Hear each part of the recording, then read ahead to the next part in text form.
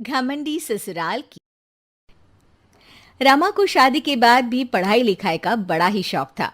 वो टीचर बनना चाहती थी।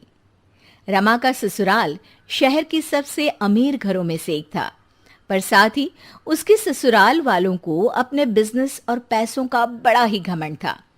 शादी के कुछ वक्त बाद रमा अपनी सास के पास अपनी नौकरी की बात करने जाती है। अरे रमा, तू यहाँ? क्या हुआ, सब ठीक तो है ना? जी मम्मी जी, सब ठीक है। मम्मी जी, आपसे कुछ बात करनी थी। अरे रमा, अब तू बात करने को भी पूछेगी क्या? बोल पगली, जो भी बोलना है। मम्मी जी, अब तो शादी को काफ़ी समय भी हो गया है और घर में सभी काम के लिए नौकर लगे हैं। मैं सारा दिन घर पर बोर हो जाती हूँ मम्मी जी। मैं नौकरी करना चाहती हूँ। अरे, ये क्या बोल रही है तू? नौकरी? क्या कमी है तुझे रमा? तुझे पता नहीं, हमारा बिजनेस शहर का सबसे बड़ा बिजनेस है और तू नौकरी की बात कर रही है? लोग क्या सोचेंगे कि इतना बड़ा बिजनेस, इतना पैसा होने का भी क्या मतलब, जब घर की बहू को भी नौकरी करके खुद का खर्चा उठाना पड़ रहा है। नहीं रमा, तू बिल्कुल नौकरी नहीं करेगी। पर माँ जी, मैं टीचर बनना चाहती हूँ। पागल हो गई है बहू? इतने बड़े बिजनेसमैन की पत्नी और बहू टीचर?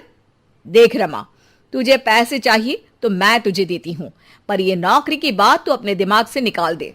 और जो सारा दिन वो किताबें पढ़ के तू अपना दिमाग खराब कर रही है ना, उसे भी दूर फेंक दे। मम्मी जी, पर समझिए तो।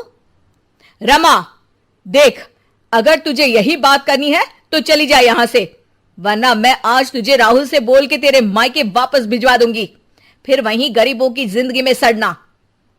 रमा छोटा दिल करके वहां से चुपचाप अपने कमरे में वापस चली जाती है। कुछ वक्त बाद रमा का पति राहुल कमरे में आता है। अरे रमा, क्या हुआ? इतना शांत क्यों हो आज? क्या हुआ, मैडम को शॉपिंग पे जाना है क्या? नहीं जी, बस यूं ही। अरे बोलो भी रमा, तुम्हारा यूं शांत रहना मुझे अच्छा नहीं लगता। रमा पति के सामने नौकरी करने की बात रखते हुए कहती है, सुनिए ना, मैं नौकरी करना चाहती हूँ। मम्मी जी से इस बारे में बात हुई थी, लेकिन उन्होंने साफ इनकार कर दिया। इसलिए मैं आपकी सहमति चाहती हूँ। राहुल रमा की बात सुनकर जोरों से हंस पड़ता है।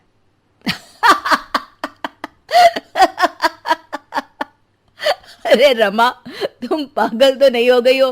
तुम्हें नौकरी करनी है? क्या कमी है तुम्हें?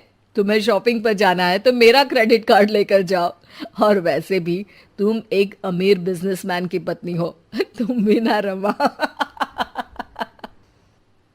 रमा राहुल के सामने नौकरी करने की जिद करती है। पर सुनिए तो, मैं नौकरी पैसों के लिए नहीं, अपने लिए करना चाहती हूँ। मेरा बचपन से टीचर बनने का सपना था। मैं उस सपने को पूरा करना चाहती हूँ। पागल हो चुकी हो तुम। बिल्कुल पागल। राहुल भी माँ की भाषा बोलता है और रमा के सपनों का मजाक उड़ाकर सो जाता है। रमा फिर से अपना दिल छोटा करके सो जाती है। अगले दिन सुबह रमा मम्मी जी से कहती है, मम्मी जी, मैं पास वाले बाजार तक जा रही हूँ। ठीक है बहू, पर शाम को जल्दी लौट आना। जी मम्मी जी। रमा सामान लेने मार्केट जाती है। तभी उसे रास्ते में एक पोस्टर दिखता है जिस पर लिखा होता है, टीचर की ज़रूरत है। रमा उसे देख बहुत खुश हो जाती है और बिना सोचे वहां चली जाती है। अब सुनिए, मैंने बाहर आपका पोस्टर दिखा, टीचर की ज़रूरत है, तो इसीलिए मैं अंदर चली आई।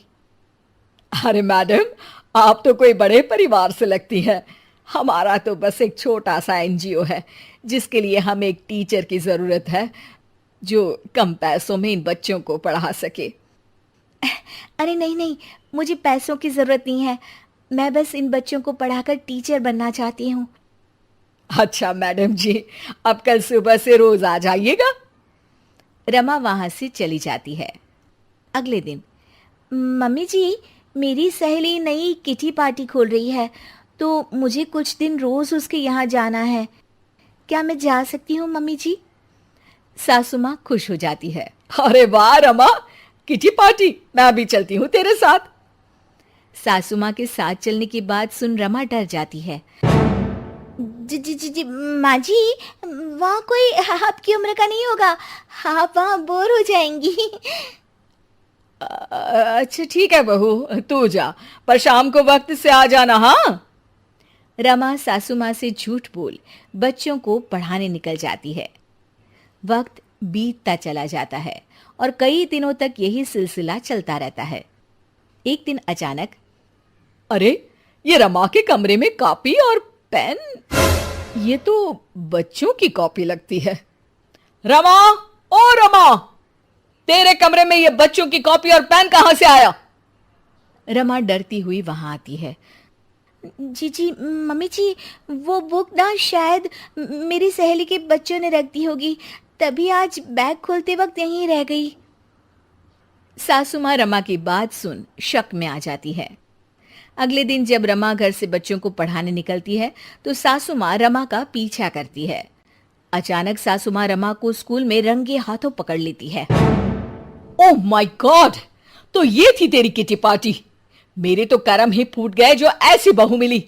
क्या मुंह दिखाएंगे हम दुनिया वालों को जब उनको ये बात पता चलेगी कि इतने बड़े बिजनेसमैन घर की बहू छुप के यहां नौकरी कर रही है। ओह गॉड, ये सब देखने से पहले मैं मर क्यों नहीं गई? तूने तो हमारा नाम ही डुबो दिया। चल घर, अभी बताती हूं तुझे।